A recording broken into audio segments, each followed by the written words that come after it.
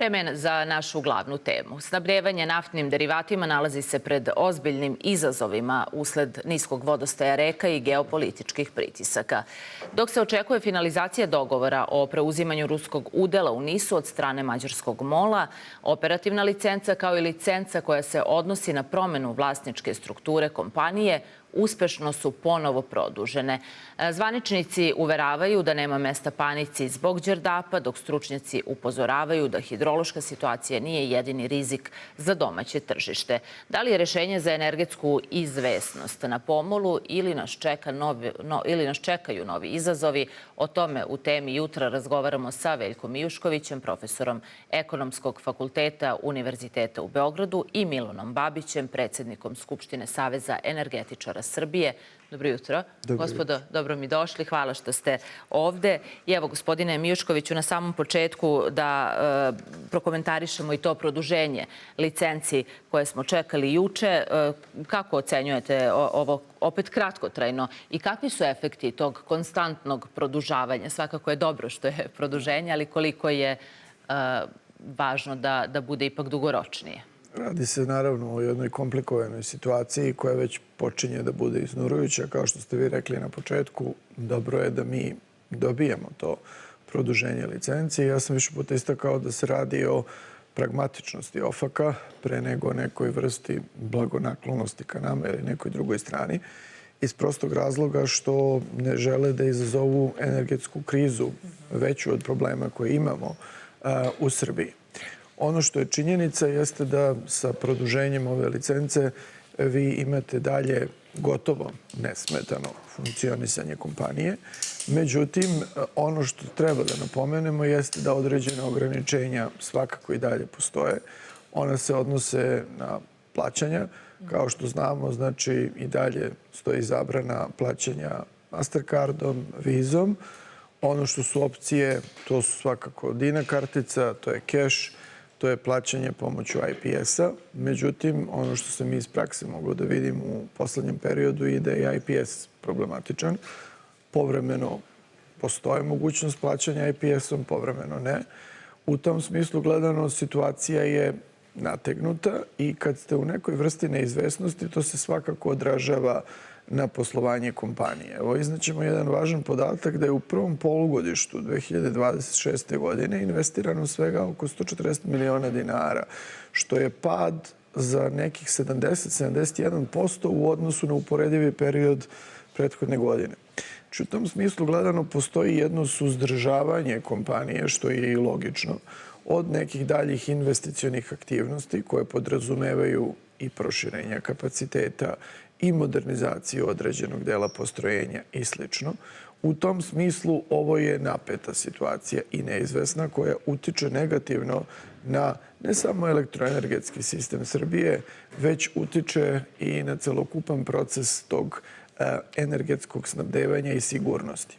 Kada i rešimo pitanje NIS-a, tu neće biti kraj ovih aktivnosti. Više puta sam i o tome govorio i problema. Mi moramo dalje raditi na diversifikaciji izvora snabdevanja s jedne strane, a s druge strane na diversifikaciji ruta. U tom kontekstu je i ovaj strateški dijalog koji je započet sa Sjedinjenim Američkim Državama jako važan, zato što treba da omogući ne samo projekat Đerdap 3, nego i druge projekte upravo u segmentu diversifikacije energetskih izvora. Tako da, kad postavimo stvari po nekoj listi prioriteta, prvo imamo naravno da se reši ovo goruće pitanje NIS-a, a zatim dugoročnije rešavamo pitanje elektroenergetske diversifikacije, ruta i izvora. Podsjetit ću vas da su sve to interni problemi zemlje. Na te interne probleme zemlje nadovezuju se i neke elementarne nepogode, o tome ćemo pričati, znači nizak vodostaj Dunava, problem rečnog snabdevanja. S druge strane, nadovezuje se kao posledica ne samo toga, nego cele elektroenergetske situacije nestašica dizela, o kojoj govori predsjednik zemlje. U tom smislu imamo dosta nekih promenljivih na koje i ne možemo da utičemo. Podsjetit ću vas da kriza na Bliskom istoku nije gotova i da i dalje postoje određene tenzije, iako je Ormuški Moreuz prohodan. Postavlja se pitanje šta će se tu dalje dešavati, šta će biti sa Babelmandebom, jer se on pominje kao naredna potencijalna neuralgična tačka. On je više vezan za kontejnerski transport nego za transport nafte i naftnih derivata, ali su sve to otvorena pitanja. Sve su to pitanja sa negativnim predznakom za nacionalnu ekonomiju Srbije. I ono što je do nas, mi ćemo rešavati. Da. Nažalost, ne samo Srbije, nego svih utiču na sve zemlje sveta, ali eto, ni mi nismo ebolirani ovog puta od toga i to utiče i na nas. Evo, gospodine Babiću, kako vi ocenjujete trenutno otpornost energetskog sistema? Gospodin Mišković je govorio i o tim rutama, izvorima, diversifikaciji. Šta je to, u kakvoj smo sada situaciji, a kako bi to trebalo da izgleda? Pa mi smo u nezavidnoj situaciji, apsolutno. Jer vidite, evo produženje licenci od strane američke administracije. Ono je praktično na kratkom, mi smo tu na kratkom štapu, na kratkom lancu. To je sve na mesec dana. Ja mislim kad bi neko hteo da bude friendly, on bi dao šire mogućnosti. Međutim, neće. Za to postoje razlozi i ja ih ne bih obrazlagao sada. S druge strane, imamo problem sa MOL-om. MOL da bi kupio to i on treba da dobije odobrenje od američke administracije. A pitanje je da li bi Gazprom njeft to prodao? Pa to je treća stvar. Treća je Gazprom njeft. On voli i on da se igra i njemu to dolazi sve na ruku i na nogu, ali on voli da ima ovde prisustvo. Tako da će on verovatno kroz ove pregovore koje vodi i tako dalje, on će to odlagati onoliko koliko on maksimalno može da podnese. Tako da je to s te strane, kad je u pitanju nafta, snabdevanje naftom, veoma delikatan problem, posebno za rad NIS-a. NIS je u nezavidnoj formi. Evo, ja sam pre neki dan bio po Pančevu, gledao sam tamo kako to izgleda. Da vam kažem... Kako vam se čini? Pa, mučno. Ljudi su totalno, što bi rekli stari, šljonuli. Teško dižu glavu, pritiska ih sa svih strana. Sve ih pritiska, tako da nema razloga za optimizam. Ja razumem što vlasti pokušavaju da dignu optimizam. To je njihova, što kaže, jedan od modela ponašanja, ali ja ne bih mogao da budem optimista u ovoj situaciji i to će verovatno potrajati još dugo. Najvažnije je prilikom ulaska u neki proces da na prvom koraku baš ne pogrešite. A ako pogrešite na prvom, onda pokušajte na drugom koraku. Ako ne, onda na trećem. Ali ne ići stalno u jednom smeru koji ipak... Mislite, nanizali smo mnogo grešaka? Mnogo grešaka smo nanizali. Evo, pogledajte sad ste objavili ovu vest da je ova Svetska fudbalska federacija, odnosno njen predsjednik, da je povukao ovaj predlog koji se odnosi na, ne znam... Pod pritiskom, da. Pod pritiskom. Znači, tu postoji neka racionalnost. Iako to znači, kako oni pričaju, velike novce, veliko ovo, veliko ono za fudbalsku, što kaže, naciju svetsku, on je povukao taj svoj predlog i svoju tu ideju, jer jednostavno želi mir u kući. Tako je i ovde. Sa energetikom će biti problem, jer evo, na ruku nam ne idu ni meteorološke prilike, one nam ne idu odavno, jer je to... Vodostaj Dunava je... Ne samo vodostaj, nego uopšte otopljenje globalno uticalo na dosta toga, tako da, a mi se nismo blagovremeno uključili u to. Uvek smo u nekom, što kaže, trku iza voza I onda dođemo do toga da smo u situaciji kakvoj smo. I teško izići jer energetika nije problem koji može da se rešava ovako.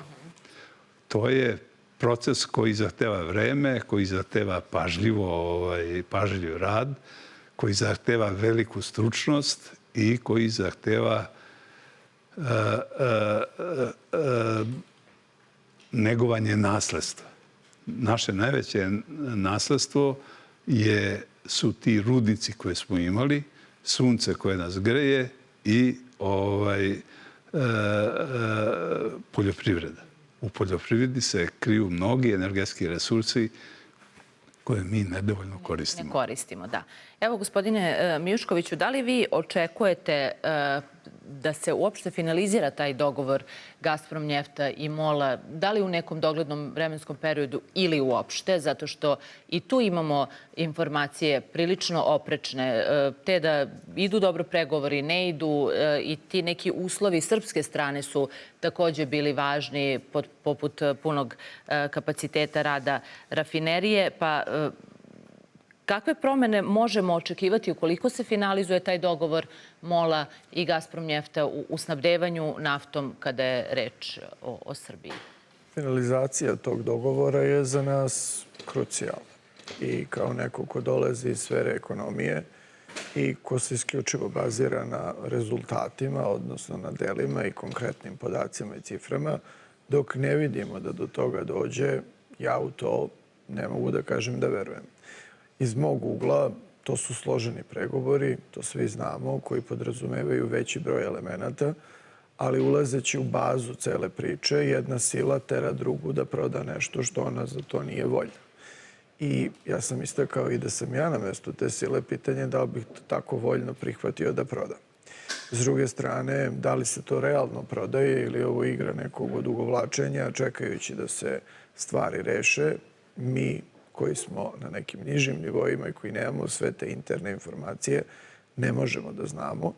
Ali činjenica je... Kažete da se stvari reše, mislite na sukob u Ukrajini koji bi eventualno doveo do toga? I to, i s druge strane da vidimo zaista da li je volja realna da se to proda. Znači, zato što do tada problem ni se egzistira. I podsjetit ću vas na nešto što sam ja i više puta govorio kad je sama kriza krenula. Ja sam jedan od onih zagovornika koji podrazumeva da je Republika Srbija trebala da ima preče prvenstvo da ovo kupi i da smo mi trebali da vratimo vlasništvo nad dobrim delom te kompanije, s obzirom da je ona prodata u meri u koje nije trebalo i po ceni po koje nije trebalo kad je to urađeno, zato što se radi o strateškom resursu zemlje. Naravno, mi nismo bili u prilici da insistiramo na tome. Srpska strana je uradila moguće u ovim okolnostima, a to je da u segmentima tih naših crvenih linija ispregovara ono što je bilo neophodno. A to je da se obezbedi dugotrajniji rad rafinerije u Pančevu, pri čemu sam istakao da bih lično insistirao i na dužem vremenskom periodu od 10 godina, ali verujem da je to bio maksimum koji su mogli da dobiju u tim okolnostima. S druge strane, znači, uspeli su da sačuvaju taj segment operacija u smislu broja ljudi, donošenja nekih odluka koje bi trebale da se donesu i konačno postoji onaj dogovor koji ćemo vidjeti da li će biti realizovan ukoliko do prodaje MOL-u dođe, a to je da se poveća vlasnički udeo za 5% poena srpske strane. To će omogućiti, ako do toga dođe, da jednostavno neke krucijalne odluke poput promene delatnosti, prodaje dela imovine, preduzeća i tako dalje, ne budu moguće ukoliko srpska strana na to ne da odobrenje. Neizvesno je. Ja zaista, znate, u menadžmentu postoji nešto gde se kaže da je predviđanje nadahnuto nagađanje. Ja nisam proročica, znači ne bih mogao da vam kažem sa izvesnošću samo na osnovu onoga što znamo. Vidimo da se to prolongira, ali opet s druge strane, američki OFAC ne bi davao ova produženja da toj organizaciji, odnosno instituciji, nije dostavljen decidan dokaz da se pregovori vode. Znači, Amerikanci takođe posluju na bazi tvrdih činjenica. Znači, ukoliko oni vide da se proces pregovora vrši i za to im se dostave konkretni dokazi, dolazi do produžetka licence. Na stranu to što ne žele da izazovu energetsku nestabilnost u Srbiji. Tako da To su neki indikatori koji nam posredno govore da pregovori postoje. Kada će oni biti završeni, ne zna se. Ovo je za sada stabilna situacija za Srbiju, ali je loša za kompaniju. Loša je za njene investicione potencijale, za dalje donošenje poslovnih odluka i to što ne funkcioniše kao ravnomeran, odnosno ravnopravan takmac na tržištu. Jer čim imate limit da kod vas ne može da se plaća sa vizom ili masterom, onda će neko ko nije privržen vašoj kompaniji ići na neko drugo mesto i točiti gorivo. Ja polazim od sebe. Ja sam isključivo korisnik NIS-ovih pumpi i njihov lojalti korisnik i tako dalje. I ja ne menjam svoj izbor, ali to nije stvar kod većine ljudi. Pogotovo nekoga ko je možda i stranac, ko dolazi u ili ko je navikao da plaća karticom pa nema keš. Ili ko je navikao i ne koristi, ne znam, Dinu, mada ne znam zašto ne bi koristio i slično. Tako da, suštinski gledano, to limitira opsege poslovanja kompanije i za nju je loše. Za nju na taj način, za zemlju, što je to jedan upitnik koji nama stoji nad glavom, kao brojne druge stvari koje su nerešene, a koje nas sprečavaju da oni puni potencijali ekonomskog razvoja koje smo mi na neki način želeli da iskoristimo ove godine, a koji se koriste ograničeno zbog svega ovoga, sada ne dolaze do izražaja. Odnosno, ne idemo brzo napred koliko bismo želeli. Da. I dobro ste pitanje to postavili zašto ne koristimo Dinu. To je, nismo razmišljali o tome, mogli bismo malo da istražimo i tu temu zašto smo se svi okrenuli vizi. Evo, gospodine Babiću, kakve su trenutno, rekli ste, bili ste u Pančevu i da je onako prilično atmosfera, ajde da kažemo, negativna, ali kakve su postojeće državne operativne rezerve, posebno sada, evo, sada je nekako pik sezone. Koliko mi možemo još da snabdevamo pod ovim uslovima? Evo, ja nemam neke specijalne podatke izvan onih koje javno objavljuju, da. Objavljuju. Sad ne mogu baš ni da ne verujem u te podatke, ali do sad se puno puta pokazalo da tu isklizavamo, da u stvari uvek govorimo ono kako bi trebalo da bude, a ne onako kako jeste. Tako da tu situacija sa tim našim operativnim rezervama je dosta po meni pod znakom pitanja. Tu je, znate kako, mi kad je u pitanju NIS i odnos države prema NIS-u, pokazuje i to da je recimo 7, 8, možda i 10 celih godina glavni predstavnik države u bordu za upravljanje NIS-om bila osoba koja jednostavno je totalno izvan struke, koja je u penziji, koja jednostavno je tu onako ko s neba spuštena i gleda i prima veliku platu. To pokazuje u stvari da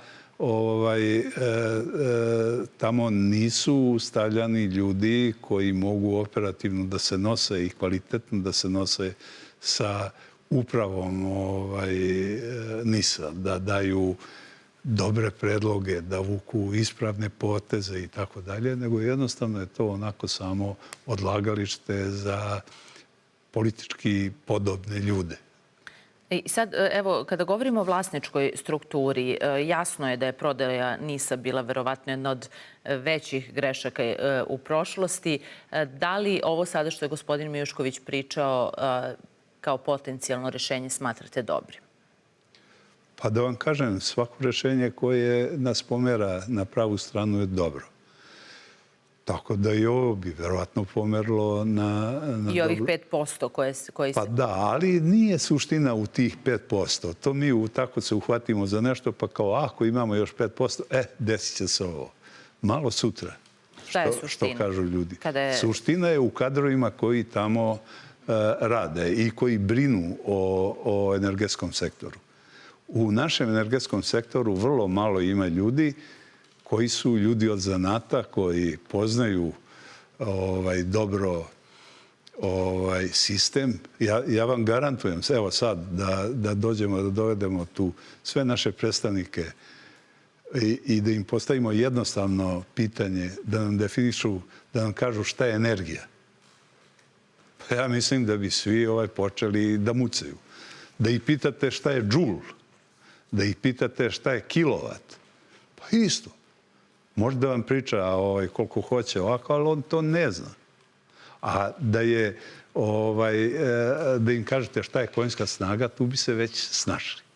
Znači, svi ove mere, sve ovo s čim se meri energija, to je sve nekako dignuto malo u apstrakciju. Moguće da ne postoji niko ko je dovoljno stručan za to. Pa ima, ali taj koji je...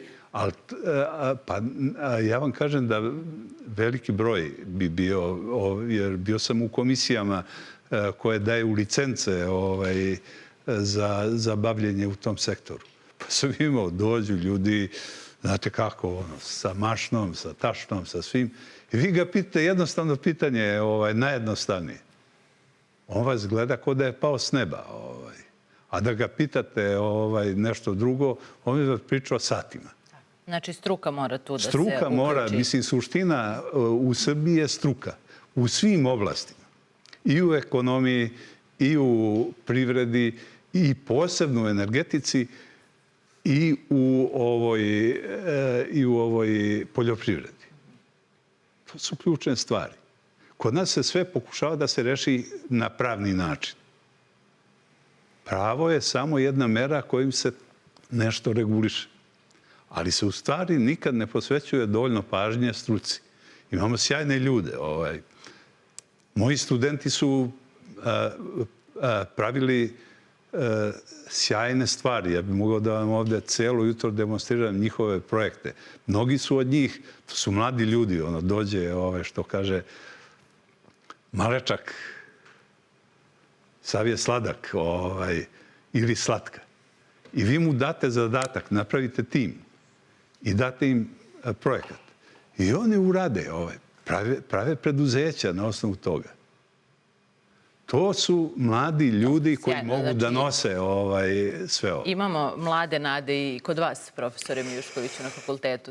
Ima mladih nada. Evo, mi smo ove godine stvarno imali, rekao bih, i veliku sreću i zadovoljstvo da smo bili među najtraženijima na prijemnom ispitu i da smo zaista dobili, rekao bih, dobar podmladak. Vidjet ćemo kakav su kapacitet od jeseni kad budu krenuli da rade, ali to je negde već i šira priča. Mi sada ulazimo u situaciju da malo i reorganizujemo privredu, da se okrećemo na neke industrije sa većim stepenom dodate vrednosti, od robotike, od veštačke inteligencije.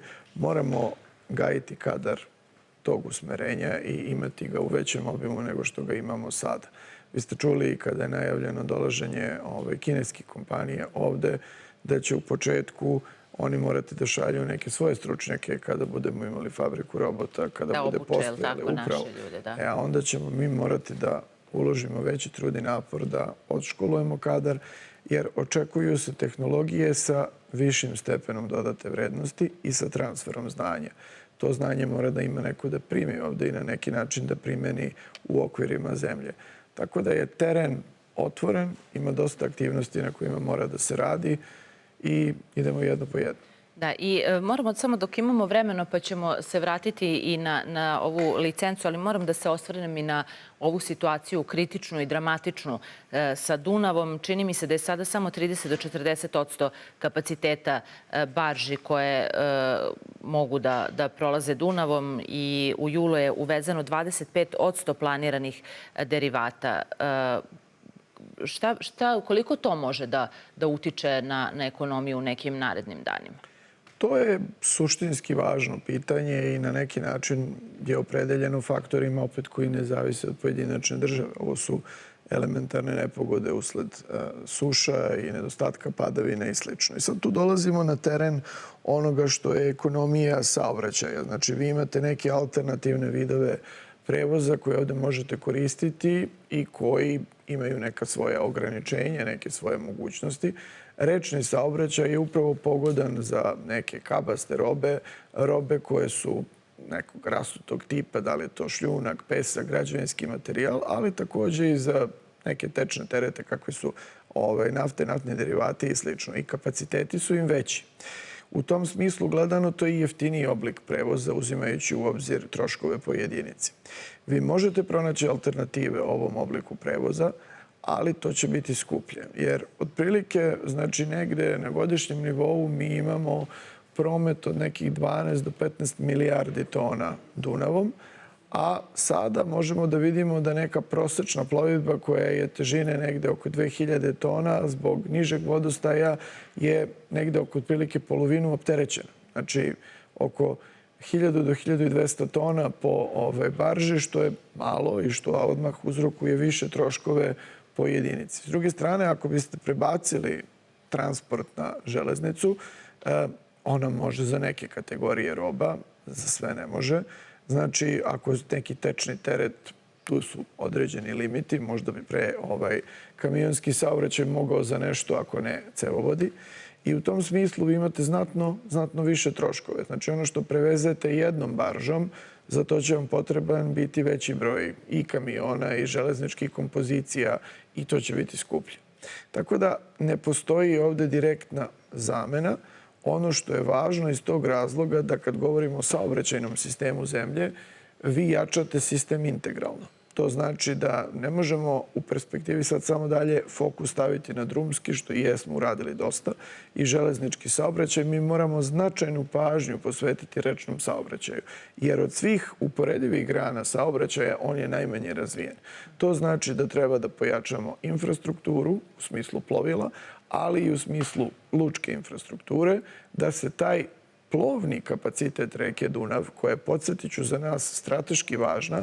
Zašto? Zato što mi govorimo o dva važna koridora u našoj zemlji. Koridor 10, koji je pravac dole ka jugu, i drugi koridor, to je koridor 7, koji je plovni koridor reke Dunav koji mi koristimo. Znači, to su dva strateški važna koridora za nas.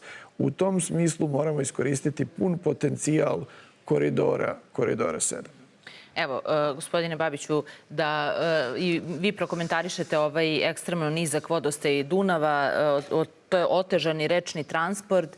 Međutim, ono što se sada postavlja pitanje je da li se očekuje možda nestašica struje u regionu usred ovih nepogoda i kako će se sve nadoknaditi? Vrlo je moguće da bude problema sa snabdevanjem električnom energijom. Jer pao je kapacitet ovih hidroelektrana, praktično svih, ali posebno dunavskih, Đerdap 1 i Đerdap 2. On je smanjen na otprilike 1/3 njihove proizvodnje od pre, recimo, 2 meseca.